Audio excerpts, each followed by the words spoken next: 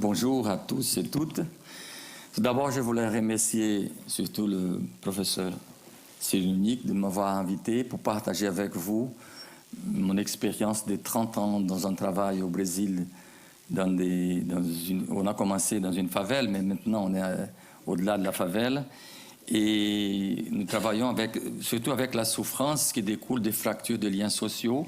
Et nous essayons de lier, de relier ces gens dans une espèce de résilience communautaire que nous faisons au Brésil. Et pour commencer... non, j'avais déjà... Oui, j'avais déjà mis. Est-ce que... Là, au milieu. Oh, c'était là. C'était bon. C'était bon, là? Oui, j'avais déjà. Voilà. Et pour commencer, rappeler aussi le symbole de l'araignée. Chez des Indiens brésiliens, surtout les Tremembé, sont des Indiens du Nord-Est. Nous sommes allés leur rendre service. Ils nous ont encore rendu un service en nous donnant le sens de notre travail, qui est l'araignée est vue comme une des profs de la communauté. L'araignée sans sa toile, c'est comme l'Indien sans la terre. L'araignée sans sa toile, c'est comme les individus sans ses liens. Nous rappelons que peut-être l'avenir de la psychiatrie, c'est beaucoup plus investi dans les liens qui approchent, dans le lieu qui stigmatise les gens. Donc, pour cela, c'est notre symbole de notre travail. Donc, je vais commencer là. Bon, j'assurais des consultations de psychiatrie au CHU de l'hôpital de l'Université fédérale du Ceará, et mon frère, qui est avocat des droits de l'homme de la favela, m'envoyait des cas de gens qui, en dehors de problèmes de droits humains, il y avait soi-disant des problèmes psychiatriques.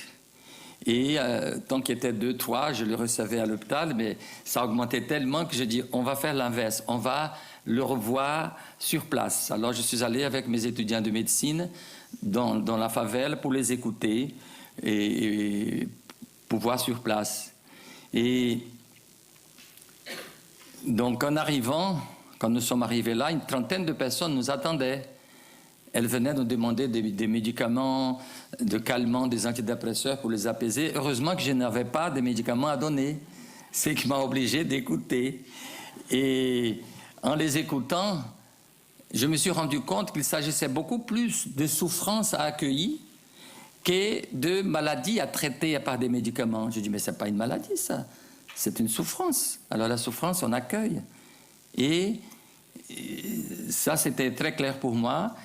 Et je me disais, si, comme j'avais une formation systémique, je disais, s'ils ont des problèmes, ils ont aussi de solutions.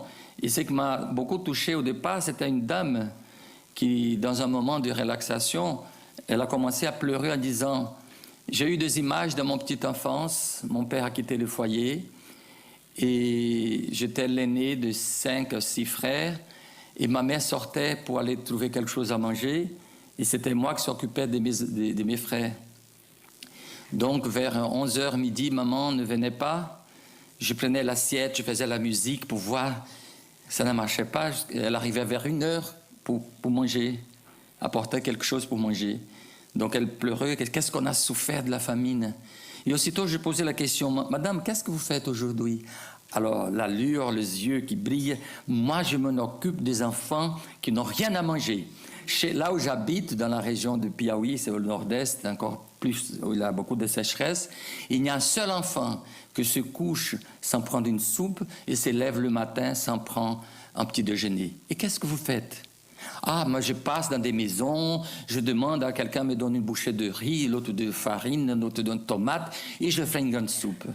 Et je lui ai demandé, qui vous a donné cette compétence? Elle disait, c'était la pastorale de l'enfance parce que je travaille là. Je dis, non, la pastorale de l'enfance a donné la recette. Qui vous a donné cette compétence-là? Mon enfant. Combien d'enfants vous nourrissez? 180. Il y a 180 ans. Qui est cet enfant visible qu'elle a? La mienne. Je n'avais jamais pensé à ça. Donc alors, j'ai commencé à me rendre compte que comme cette personne-là, elle avait des problèmes, mais elle avait aussi des solutions, elle avait des ressources. Et c'est à partir de là que nous avons commencé à faire ce travail. Donc, premier constat, cette communauté en difficulté possédait, comme cette dame et d'autres personnes, bien en elle-même les ressources pour affronter et régler ces problèmes. D'abord, nous nous sommes rendus compte que les tradipraticiennes, qui c'était des personnes ressources en matière de soins traditionnels dans la communauté, elles étaient mises à l'écart, marginalisées, stigmatisées.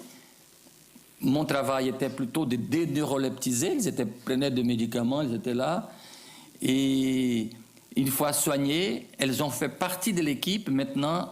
Donc, elles font le travail avec nous. Donc, nous sont de co-thérapeutes, disons comme ça. D'abord, le nom de cette communauté. La communauté des 4 varas, 4 bâtons.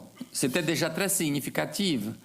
Parce que dans la favela, lorsqu'elle s'organise, ils occupent le terrain. Une fois qu'ils gagnent le droit, ils transforment dans une communauté. Il y a une votation. Et le jour pour voter le nom de cette communauté, un vieux monsieur a dit 4 bâtons. Alors les gens ont rigolé, mais donnez-nous au moins pourquoi 4 bâtons. Il a raconté une petite histoire qui vient du certain, mais je pense que c'est un peu universel. Un vieux monsieur, avant de mourir, il avait 4 enfants. Il appelle à son chevet les 4 enfants en disant « Bon, je vais mourir bientôt, je n'ai pas de richesses à vous donner, mais la seule chose que je vais vous donner vient de ces messages. Allez, chacun apporte un bâton. » Il a demandé chacun de casser son bâton. C'était très facile. Après, aller chercher un autre, il a pris les 4, il a lié, il a essayé de le casser maintenant. Ils n'ont pas réussi. Il a dit, tant que vous êtes unis comme ces 4 bâtons, vous seriez forts. Et à ce moment-là, j'ai dit, le nom 4 varas, donc il faut que je travaille ici dans le sens de relier, de rassembler, pas de stigmatiser. Donc le nom déjà était très significatif. Donc le message était clair. Il fallait lier le savoir traditionnel et le savoir académique et les mettre au service de la communauté. Et donc le contexte de notre travail sont des gens qui ont migré à cause des sécheresses, de difficultés. Donc la communauté des 4 varas, c'est une de ces communautés. Il y a 150 communautés dans un quartier de 285 000 habitants et Fortaleza a environ 2 500 000 habitants. Donc c'est la 5e ville du pays. Donc ces migrants, ils entraînent une série de pertes culturelles. On perd le lien avec la terre, le lien avec la famille, on finit pour perdre la tête qui est la maladie mentale. Donc s'ils sont dans des contextes de pertes, si on peut appeler ça de traitement, c'est lié, c'est créer des liens. Et c'est un peu ça ce que nous avons commencé à faire. Donc, c'est espace d'exclusion sociale aggravé par la politique néolibérale. Donc, le néolibéralisme détruit des ressources socioculturelles et rend les personnes plus dépendantes et moins autonomes. Cela ne fait qu'aggraver la situation. Donc, en tel contexte où règne méfiance, violence, insécurité, la non-reconnaissance des savoirs et savoir-faire de ces populations marginalisées amplifie la perte de confiance en soi et conduit progressivement à l'isolement, à l'attitude d'échec, à l'autodévalorisation et à la dépendance, qui génère le syndrome de la précarité pervertie et négative qui ne fait qu'aggraver encore plus la santé mentale de ces populations. Donc, dans ces contextes, il a une tendance de psychiatriser la souffrance. Ces souffrances, assez souvent, tendent à être psychiatrisées, tachées de dépression, de paranoïa, qui ne fait qu'aggraver encore plus la situation de la santé mentale. Et le grand paradoxe, c'est plus on donne des médicaments, plus ça va mal, et plus on ajoute. Donc, pour nous, le plus grand de tous les défis, c'était le dépassement de nos propres contradictions. C'était plus ou moins comme ça. Les églises disent, vous savez pourquoi vous êtes dans la détresse? Parce que vous êtes dans la fausse religion et vous croyez dans le faux Dieu. Alors tous les prêtres et pasteurs qui pourraient être réunis pour faire quelque chose, ils sont en train de se disputer. Les gouvernements, les politiciens, la même chose. Vous devez croire dans notre programme. C'est mieux que celui qui nous a antécédés. Et on essaie de détruire ce que l'autre a construit. Nos techniciens, vous devez croire dans nos théories. C'est ça qui vient le plus développé des États-Unis, je ne sais pas d'où. Nous, médecins, croyez dans mon remède, mon médicament, c'est la dernière génération. On vient toujours pour demander aux gens de croire dans les choses qu'on leur apporte. Donc, on exige la foi dans nos modèles, dans nos vérités et dans nos convictions. Tout cela produit des conflits, de la compétition, de l'exclusion et des responsabilisations. Les luttes de pouvoir à l'intolérance rendent difficile la création de réseaux de solidarité qui peuvent transformer les individus et la société. Donc, d'être « je suis là pour vous aider à croire en vous ». Donc le mot vraiment clé, c'est foi, c'est croyance. Seulement qu'il y a des gens qui viennent pour dire « ah, il faut croire dans ceci, dans cela », et rarement on dit « croyez en vous, vous êtes capable ». Or, dans ces contextes marqués par cette précarité maladive, il faut toujours rappeler que tout être humain naît incomplet et a besoin des autres pour vivre. Cette faille innée, qu'on peut appeler précarité saine, est le moteur de la construction de liens entre les hommes, de liens familiaux et sociaux. Ça, vous pouvez voir bien dans la Déclaration de Lyon. Or, cette précarité saine nous rappelle que nous avons besoin d'être protégés dans notre fragilité, accueillis avec affection, respectés dans notre singularité, reconnus dans notre différence, soutenus dans notre action, valorisés par ce que nous sommes et non par ce qu'on produit. Donc notre proposition était donc de dire à tous ces gens, nous croyons en vous, croyez en vous-même, en vos compétences acquises tout au long de votre vie. Vous êtes capable de dire oui à la vie, oui je peux. Là, dans ce sens, pour nous, la réalité c'est aussi une université. Donc pour affronter ces défis, nous avons créé le projet Quatro Varas, qui est un mouvement intégré de santé mentale communautaire, où nous essayons de rassembler de façon complémentaire le savoir académique avec le savoir-faire de tradipraticienne. Et 6 chantiers ont été mis en œuvre pour accueillir cette souffrance, promouvoir la santé et la promotion de la vie. Le premier, c'était la maison de santé communautaire. Donc nous avons soigné les tradipraticiennes, maintenant elles ont commencé à nous aider et pour ajouter et agréer des valeurs à sa pratique, nous avons donc fait une formation à l'université des massages anti-stress, ce qui a permis à ces guérisseuses d'avoir un certificat de reconnaissance de leur savoir, mais ça n'a pas, elle a continué à être tradipraticienne et guérisseuse en utilisant tous les traitements culturels. Et on n'a pas dit qu'il faut substituer une chose par l'autre. La question c'est, en travaillant en tant que guérisseuse ou guérisseur, on ne peut pas être payé, parce qu'on reçoit de Dieu, on donne aussi gratuitement. Mais en tant que professionnel, elle peut être payée. Alors on a fait de telle sorte que la mairie a embauché, et dans cette maison, elles reçoivent les SMIG, et lorsque le médecin voit qu'il y a beaucoup plus de souffrance que de pathologie, au lieu de prescrire des médicaments, vous allez faire des massages, vous allez participer à la séance de thérapie communautaire, le veille d'estime de soi, et elles donc ont une participation active, donc surtout des massages anti-stress. L'autre travail, c'est la restauration de l'estime de soi. Or, le plus grand patrimoine d'une personne, c'est la confiance en soi. Si vous détruisez ça, si les événements peuvent détruire, la personne finit pour ne croire plus en elle, elle ne croit plus dans l'autre et elle ne croit plus dans l'avenir. Donc il faut faire un travail. Là, nous avons commencé à faire ces programmes de l'éveil de l'estime de soi pour que les gens commencent à être fiers d'être indiens, d'être noirs, et pas avoir honte de ce qu'ils sont. Troisième, un jardin de plantes médicinales et un petit laboratoire. Donc l'université a fait l'analyse des plantes médicinales que les Indiens dans le passé utilisaient pour faire des tisanes. Et celles qui ont été identifiées, le principe actif devient un programme qu'on appelle pharmacie vivante. Donc les gens plantent chez eux ces plantes et lorsqu'ils ont un problème, ils essayent d'utiliser. Donc on a fait dans la favela donc, ce petit laboratoire où on fait des sirops, des bronchodilatateurs, des anti-inflammatoires qu'il y a utilisés.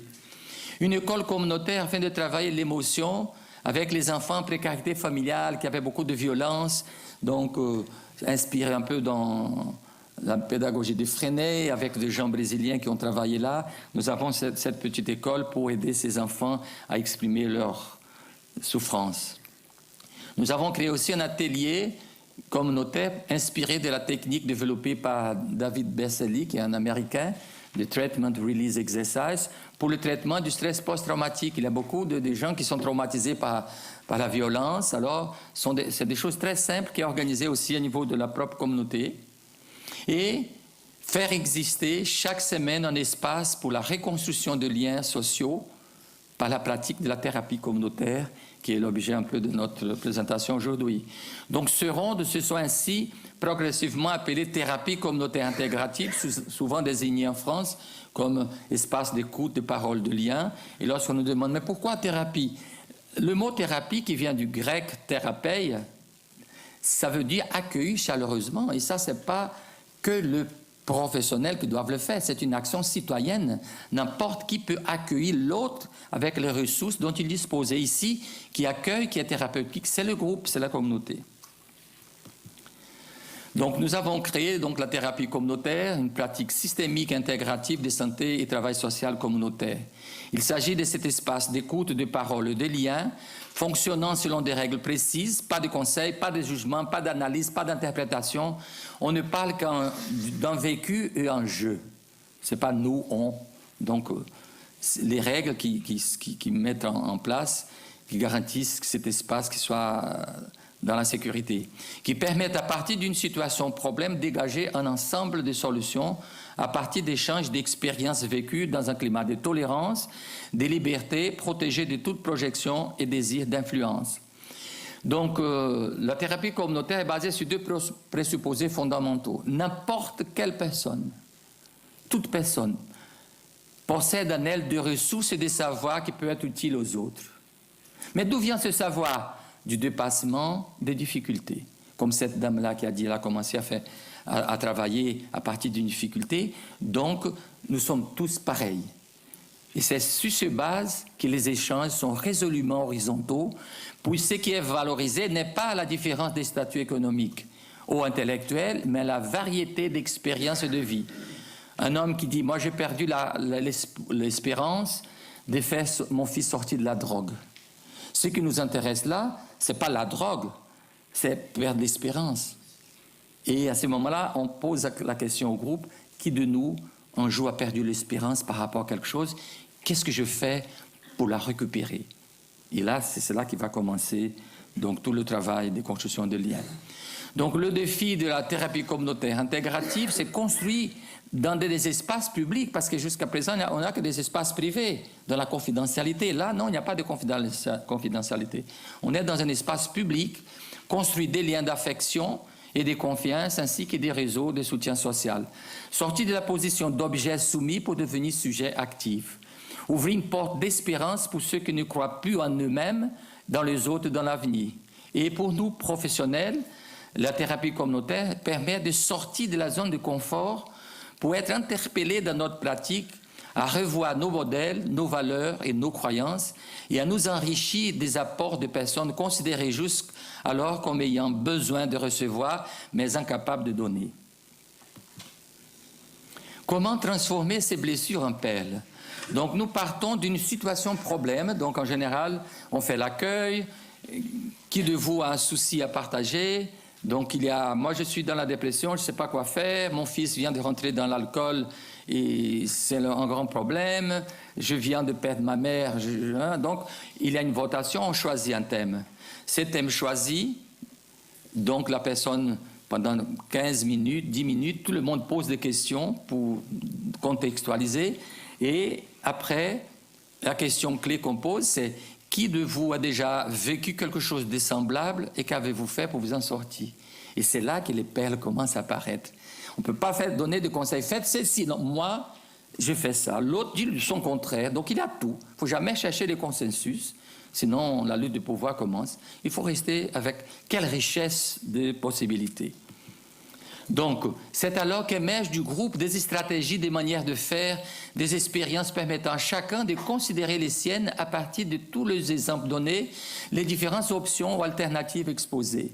Chacun partage le savoir qu'il a acquis en dépassant les obstacles. Nous ne sommes plus centrés sur les blessures, sur la pathologie, sur les problèmes, mais sur le PEL. C'est le processus résilient qui est mis en évidence par le soutien affectif et le nouveau sens donné à la souffrance dans le récit collectif. Donc, c'est la résilience communautaire.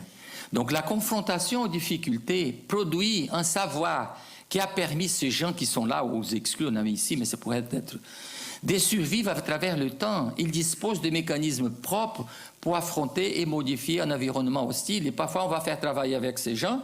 On part du principe qu'on apporte tout pour eux. Mais eux, ils savent, il faut rassembler, il faut unir ça. Les crises, les souffrances et les victoires, lorsqu'elles sont exposées et discutées, dans et par le groupe permettent la création progressive de la conscience sociale. Elles permettent également la découverte des implications sociales et personnelles de la genèse de la misère et de la souffrance humaine, ainsi que de leur dépassement. Un mot, un geste peut faire la différence entre l'échec et le succès. La mise en évidence des qualités de quelqu'un, de ses compétences au sein du groupe est une manière de reconnaître l'importance du processus résilient. Cela devient un outil de transformation pour les individus et pour le groupe tout entier. Donc la socialisation de ce savoir donne lieu à une dynamique entre ce que se dit par les autres et la résonance à l'intérieur de chacun. Cela permet de découvrir que toute personne a sa propre trajectoire et produit son propre savoir.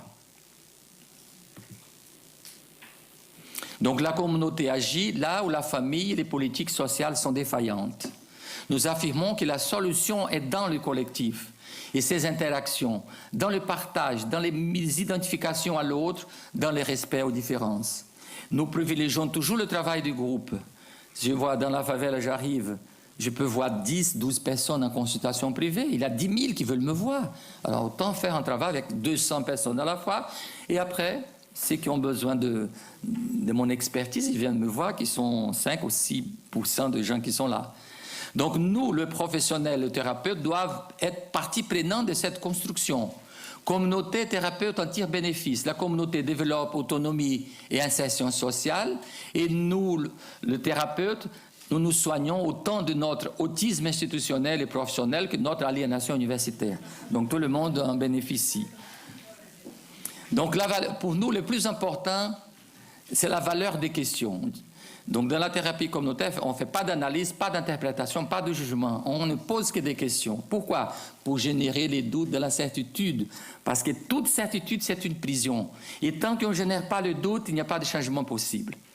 Alors, nous favorisons donc des questions qui aident à nommer la souffrance et à identifier les émotions. Ces émotions peuvent alors être pensées, éveillent la conscience et permettent le changement. Aider à découvrir des ressources construites tout au long de la vie ou héritées de nos ancêtres, souligner nos valeurs, permettre de reconnaître les efforts et les processus et de donner un nouveau sens à la souffrance. Donc le doute installé est la clé de voûte qui déclenche le changement. Notre ami Boris Cyrulnik affirme qu'il faut 3 éléments pour que les blessés de l'âme se remettent à vivre. Le réceptacle biologique, sculpté par les milieux, qui peut aussi changer. Le soutien affectif qui réorganise une nouvelle base de sécurité, c'est ce qui se passe dans la ronde. Et le sens que le récit donne à la blessure. Là, juste rapidement, c'est un petit schéma que nous utilisons beaucoup. D'abord, au moment de la parole, il n'y a que des sensations. C'est mal-être, angoisse, tremblement. On n'arrive pas à nommer la souffrance. On pose des questions pour que la personne puisse nommer.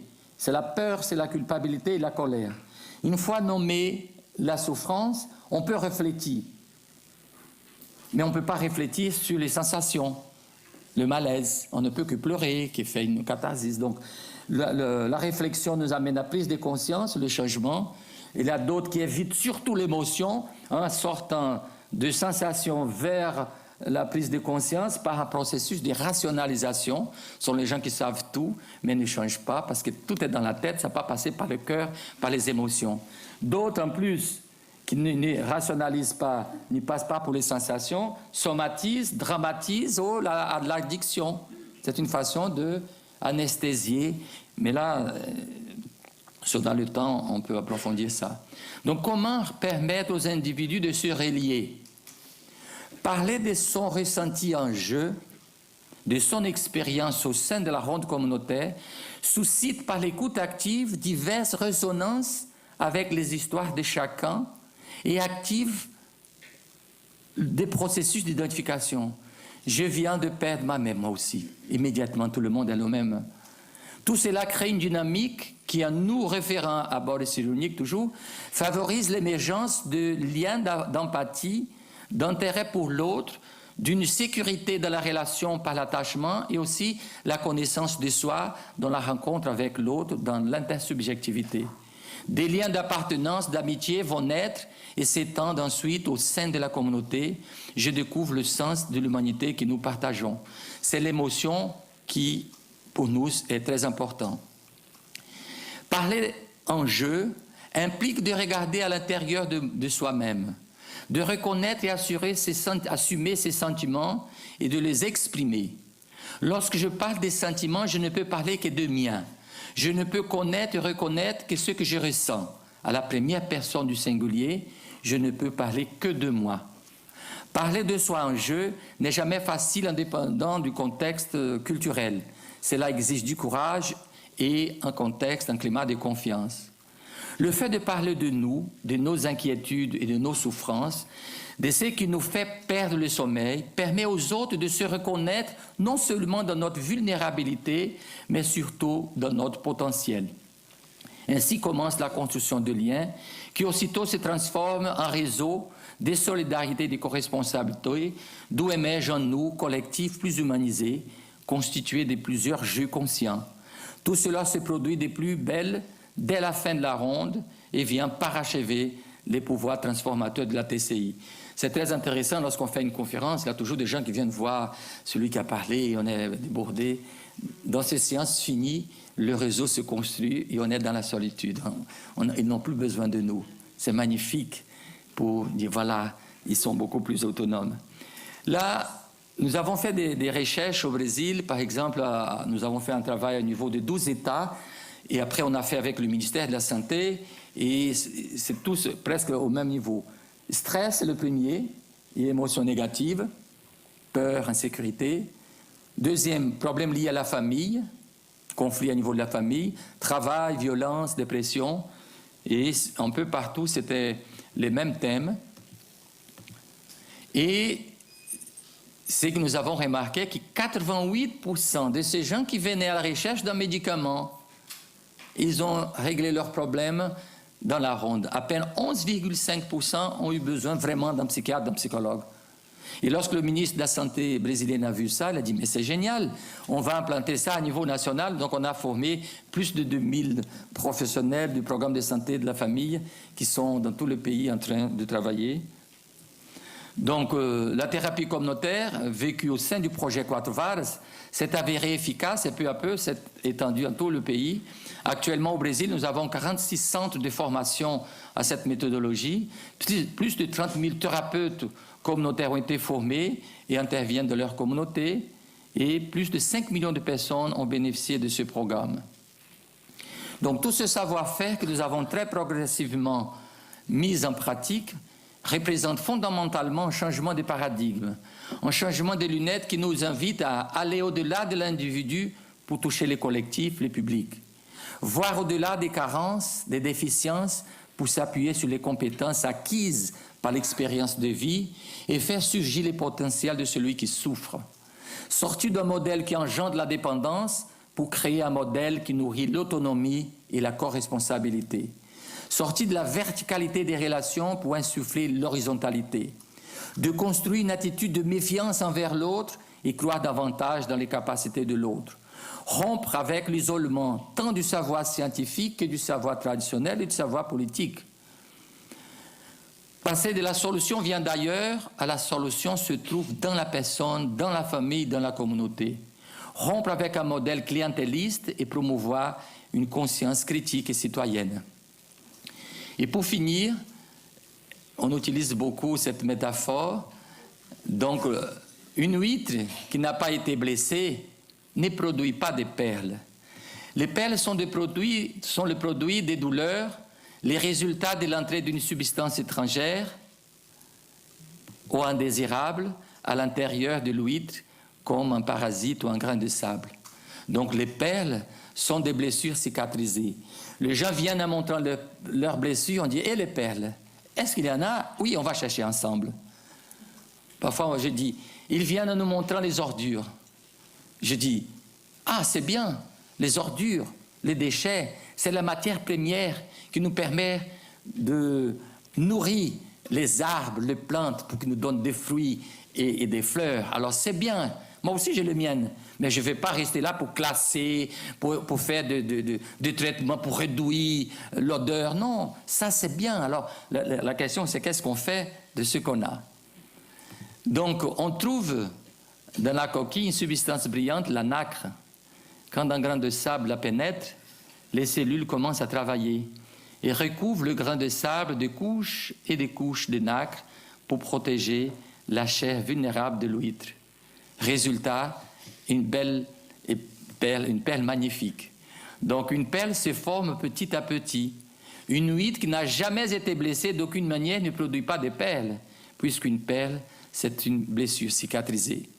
Donc c'est un peu ça que je laissais comme message. Et là, c'est le réseau en Europe. Donc cette thérapie qui a commencé au Brésil. En général, les choses vont de l'Europe vers le tiers-monde, vers la périphérie. Et cette fois-ci, on nous a demandé, donc en France, en Europe, plus de 300 personnes ont été déjà formées.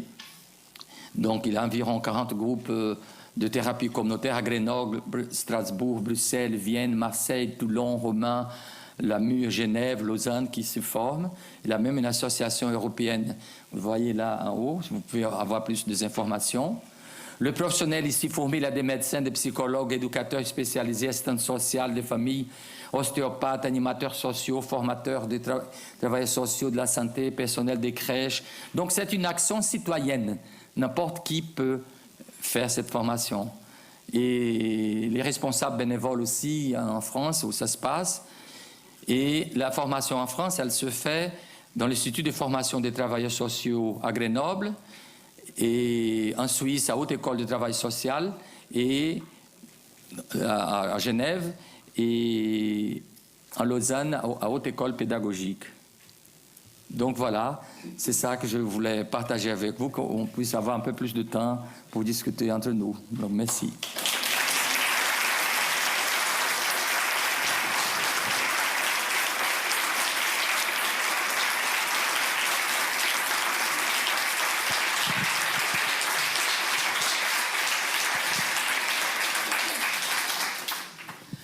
Professeur Barreto, merci pour vraiment l'extrême richesse de votre intervention. Je suis très honorée d'avoir à lancer le débat sur ce que vous venez de nous proposer. Et je suis également émue, je ne sais pas quelle est l'atmosphère dans la salle. Je vois que sur le plan non verbal, oui, j'ai des personnes qui opinent du chef.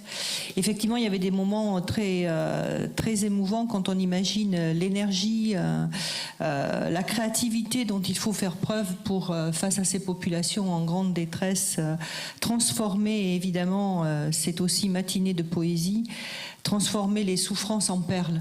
Alors, il se trouve, pour les personnes du coin, que j'ai passé toute mon enfance sur le bassin d'Arcachon, qui est un endroit où on produit beaucoup d'huîtres. Et évidemment, j'ai été émue. Et là, on voit que les émotions ont aussi des bases biologiques. Quand vous avez fait votre parallèle avec la blessure qui crée la perle et la perle qui ne peut à aucun moment exister sans cette blessure-là. Alors, j'ai quelques commentaires à faire. Je ne veux absolument pas emboliser le débat.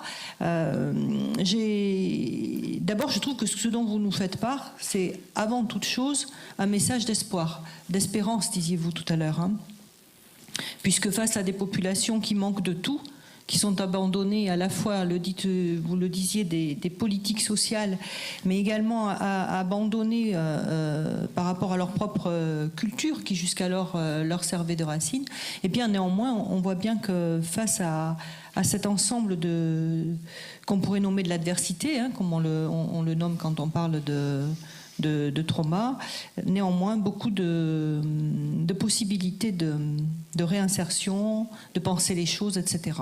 Alors, j'ai juste quelques commentaires. Je notais, j'ai une patiente qui a un PTSD, un syndrome de stress post-traumatique très très important, et qui la semaine dernière m'a offert le livre qui était son livre de chevet, et son livre s'appelle « Le déchet, le rebut, le rien ».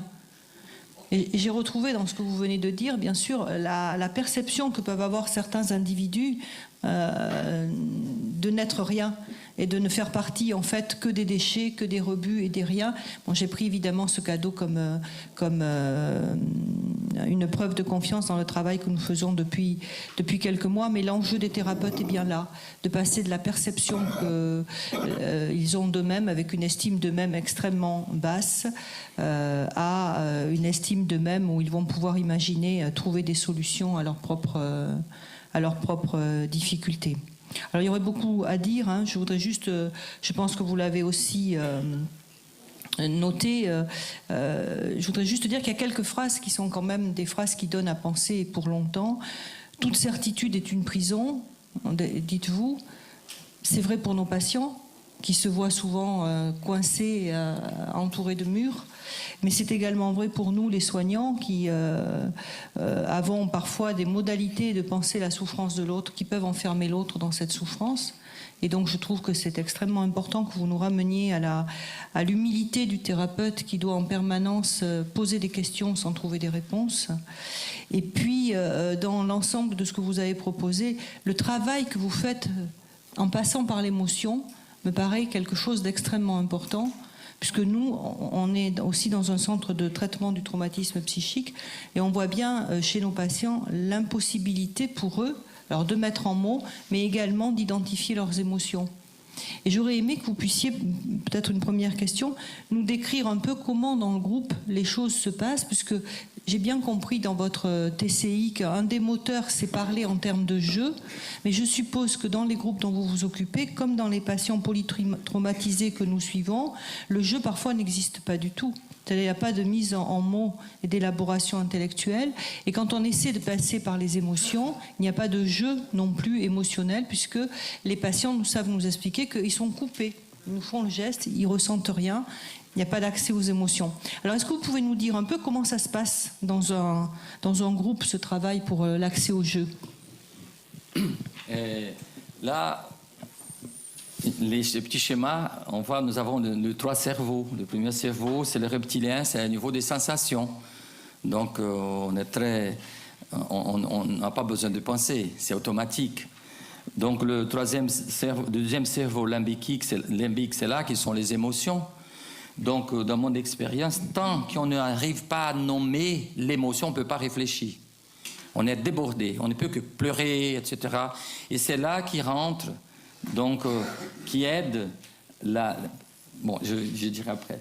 Donc, ces deux cerveaux-là, donc le limbique et l'émotion, lorsqu'ils sont hyperactivés, ils bloquent l'accès au néocortex. Il n'y a plus de circulation. Et ce qui nous permet de toucher le néocortex pour réfléchir, c'est la blague, c'est l'humour. C'est pour cela que lui, c'est le grand spécialiste. Constamment, il est en train de nous faire rire. On ne rit que si on ne comprend. Si on ne comprend pas, on ne rit pas. On ne rit pas. Alors la personne qui est débordée par son émotion, que quelqu'un commence à chanter une chanson, ça veut dire que la personne qui a écrit cette chanson a passé par cette émotion, seulement qui a donné des belles paroles. Alors l'autre a dit, j'ai plus besoin de parler, c'est exactement ça. Alors bravo, alors on peut penser. Et le plus difficile pour des gens qui ne sont pas habitués à parler, c'est je dis, les sensations, c'est l'océan. L'émotion, c'est le poisson. Il faut chercher quel poisson. On nous montre l'océan. L'océan est plein de choses, il y a tout. Et si la personne n'arrive pas à nommer son émotion, j'ai toujours demandé est-ce que vous acceptiez l'aide des universitaires et des communautaires. On rigole, bien oui. Alors je propose des gens de colère, peur, et on demande à la personne d'écouter, voir lesquelles de ces émotions proposées, ça lui vient mieux. Ah, c'est celle-là. Ah, merci. Et on continue à penser. Donc ça, c'est une façon, pour nous, c'était très important parce qu'on est dans une favelle, des gens, dans une culture, on ne parle pas, on parle par le corps. C'est pour cela qu'après, j'étais bien obligé de m'approfondir sur le langage corporel, que les guérisseurs savent très bien. Vous parlez donc la mémoire corporelle attachée à une souffrance. C'est pour cela que les guérisseurs chez nous, si vous avez un problème au niveau de votre jambe, d'une douleur dans l'articulation de la cuisse, vous n'avez pas besoin de parler. Il sait que c'est le siège ou la mémoire de sentiment d'abandon ou trahison. Et il vous raconte votre histoire. Il vous dit, mais comment vous savez ça? Eux, ils disent, ah, ce sont les esprits qui me disent. Ça n'a rien de religieux. C'est le code. Moi, j'étais toujours étonné. Et après, j'ai appris le code. Là, j'ai compris. Et je viens d'écrire un livre au Brésil qui s'appelle « Lorsque la bouche s'éteint, les organes parlent ». Donc, des pistes pour le dialogue entre la tête et le symptôme. Donc, tant qu'on n'active pas le néocortex, dans notre expérience, il n'y a pas de possibilité. de changement. Et lorsque la personne qui parle de sa souffrance, donc les premiers deux cerveaux sont très stimulés, elle n'arrive pas à réfléchir, il y a un moment qu'elle reste en stand-by. Elle ne va pas sortir, elle dit « Madame, monsieur, merci d'avoir nous apporté cette souffrance qui est aussi la nôtre. C'est pour cela que nous avons voté. On n'a pas choisi un thème, on a choisi le sien grâce à la personne. Et on va parler de nous. Peut-être qu'il aurait des idées qui vont vous éclairer. Comme elle n'est plus pointée, donc l'angoisse disparaît. Alors on pose la question, qui de nous a vécu une situation semblable? Qu'est-ce que vous avez fait pour vous aider à dépasser? À ce moment-là, on fait appel au néocortex. Tout le monde est en train de penser, moi j'ai vécu ça aussi, qu'est-ce que j'ai fait qui m'a aidé? Alors c'est pour cela que nous n'avons jamais eu des bouffées délirantes, parce que lorsqu'on présente ça, en général, le monde psy dit, et les bouffées délirantes? Et si les émotions, c'est dangereux pour vous, madame, mais pas pour les gens. Les gens savent très bien le contrôler. Nous avons un fantasme là, qu'il ne faut pas toucher aux émotions, parce que c'est dangereux. J'ai dit, le dangereux, c'est qu'est-ce que vous allez faire de celle-là. C'est pour cela que dans la formation, 50% c'est théorie, 50% c'est faire un travail de résonance au niveau du corps. Chose qui n'est pas facile en Europe, parce qu'ici, le corps, donc on a qu'il y a des grandes têtes. Je ne sais pas si j'ai éclairé, mais ça va un peu dans ce sens, d'aider à mettre des mots dans les mots. Sinon, on n'arrive pas à penser ensemble. Et ce qui déclenche cette identification, c'est l'émotion. Donc, la thérapie communautaire, ce n'est pas un espace pour débattre des idées. C'est pour partager un vécu. Et là, de temps en temps, il faut faire attention, sinon, il y a des gens qui veulent faire un discours, qui veulent... Non, vous parlez de vous en jeu. Voilà. Merci. Paul Sivadon, que Adalberto et moi avons eu comme patron, Paul Sivadon disait « Rien n'arrête plus la pensée que la certitude, une explication trop claire. » Et il ajoutait « C'est pour ça que je prends toujours dans mon service un lacanien. »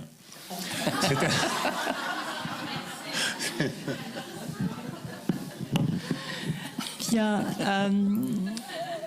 Quelles sont les questions dans la salle? Qui voudrait faire un commentaire ou poser une question?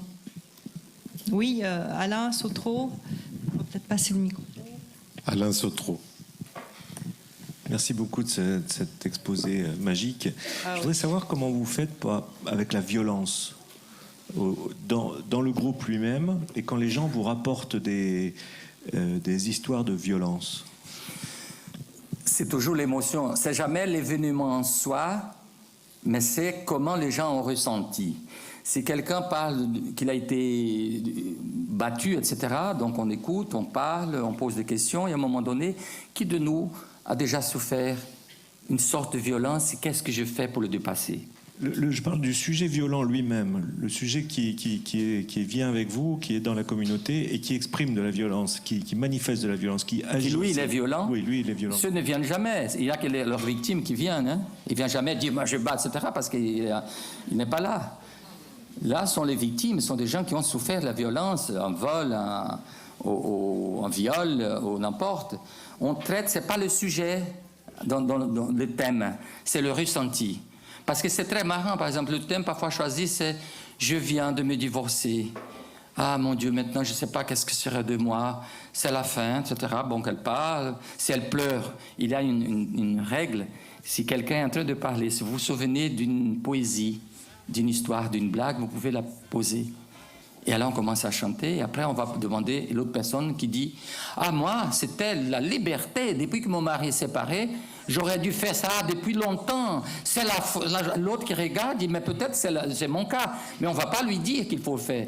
Donc, ça vient de peu. Et on commence à voir. Donc, la personne vient avec une certitude et part avec... Parfois, on dit, mais c'est pour ça qu'on dit jamais, il faut demander. Ça va mieux à la fin parce que les gens disent en général non. Ça va pire parce qu'avant, j'avais des certitudes, maintenant, je n'ai que doute. Et moi, comme Boris fait avec Lobo, j'ai dit, c'est bien. Avant de s'améliorer, ça s'empire toujours un peu. Donc, vous êtes déjà dans le bon chemin. C'est-à-dire, c'est générer le doute. Ce n'est pas une psychothérapie des groupes. Hein. C'est créer des liens et générer le doute. Parce que tant qu'il a le doute, on s'ouvre à l'autre. On va poser des questions. Alors, je ne comprends plus rien. Et alors, c'est quoi qu'il a dit? Si on est sûr, on ne va même pas écouter qu'est-ce que l'autre dit. On va la regarder, la personne est en train de parler avec une autre parce qu'elle est sûre. Et pour les gens qui sont vraiment dans les grosses certitudes, c'est impossible de faire un travail. Donc on travaille sur le vécu de gens, et c'est vrai par exemple par rapport au thème de la violence. Et on essaye de vouloir comprendre qu'est-ce qui se passe. Je pense à une dame qui parlait de son mari l'a frappé. Alors les jeunes posaient des questions. C'est toujours non, il ne m'a frappé que 3 fois. Et la première fois c'était quand? C'est lorsqu'il a été renvoyé de son travail. Il est arrivé à la maison. La deuxième fois, c'est lorsqu'il a été menacé d'être mis dehors, il a bu beaucoup, il m'a frappé. Et maintenant, il vient d'être rejeté. Alors on essaie de comprendre, qu'est-ce que cet homme, si tout comportement a valeur de communication, qu'est-ce que cet homme veut dire par ses gestes? C'est toujours comprendre, parce que lorsqu'on ne comprend pas, on condamne. Et on n'est pas là, on n'est pas des juges, on est là pour comprendre. Alors ça vient, peut-être c'est sa façon de dire, écoutez, j'ai perdu mon boulot, mais je suis toujours le coq à la maison. C'est pas parce que j'apporte de l'argent que je serai comme ça. Mais est-ce qu'il n'y aurait pas une autre façon d'en parler? Oh, qui de vous a déjà été le sujet de violence? Et qu'est-ce que vous a amené à être violent? Donc là peut se passer, mais c'est à niveau de vécu. Il y a des gens qui disent, oui, j'étais violent parce que je n'étais pas écouté. C'est-à-dire, on voulait me... Ah bon? Ou dans des thérapies où il y a les familles de schizophrènes, une mère qui dit, je ne peux plus. Maintenant, je fais tout pour cet enfant et lui veut me battre. On écoute, on fait toujours la connotation positive. C'est magnifique. Je retiens de vous, madame, cet amour inconditionnel. Vous êtes capable d'être toujours là. Et on pose la question, qui de nous a vécu déjà une situation semblable? Alors il y a des mères qui disent, ah oui, lorsque mon fils avait 18 ans, il a eu ça. Et moi, je fais ça et ça et ça. Et est-ce que parmi vous, il y a eu des gens qui ont eu des bouffées délirantes dans le passé, qui est devenu un peu comme ça? Ah oui, moi, comment ça a été? Moi, j'étais violent parce qu'on me traitait comme si j'étais aveugle. Attention à la marche. Il faut que tu marches bien pour avaler. Attention à ceci. Alors, je me mettais en colère. Alors, l'autre qui dit, moi, j'ai découvert que mon fils est devenu, il n'est plus être violent avec moi lorsque je laissais lui tranquille. Je n'étais là que pour les médicaments, parce que je savais qu'il était important. Le reste, je le laissais faire. Et c'est très intéressant qu'à la fin, ils ont trouvé leur réponse entre eux. Et cette mère, sans qu'on lui pointe le doigt, madame, faites ceci, elle a compris peut-être que moi, je suis celle qui l'harcèle tout le temps. Donc, elle va partir avec son doute et de se remettre. Mais on ne débat jamais les sujets en soi intellectuellement. C'est toujours au niveau du vécu, qu'est-ce qu'il veut communiquer par là. Ça ne veut pas dire qu'on accepte ça. Donc la violence, c'est toujours... Lorsque j'ai commencé, ces règles ne sont pas tombées du ciel. J'arrive dans la favelle, espace de violence, qu'est-ce que je veux faire ici? Des médicaments? Je ne peux pas. J'y vais créer un espace de parole. Qui veut parler? Alors un type qui dit une chose, c'est pas vrai, je vais te tuer. Alors j'ai commencé à la première règle. Ici, on peut dire ce qu'on veut, mais on ne peut pas faire ce qu'on dit, d'accord? Oui, monsieur, vous savez que vous allez le tuer, mais vous n'allez pas le faire. Monsieur, il dit qu'il va vous tuer, mais vous savez, ok, alors on continue. C'était comme ça. Après, à un moment donné, j'ai dit, la règle est venue, on ne parle que de soi. Alors là, on ne parle plus de l'autre, il n'y a pas de débat, pas de discussion. Donc les règles, il a fallu 6 ans. Donc je n'ai pas fait un projet comme ici, on fait un projet, il a de l'argent et tout. Non, on a commencé comme ça. 6 ans après, qu'est-ce que je fais? Et là, qu'est-ce qu'il a comme théorie? Donc j'ai écrit 6 ans après ce qu'on est en train de faire. Et là, c'était vraiment un apprentissage. Merci beaucoup. On va...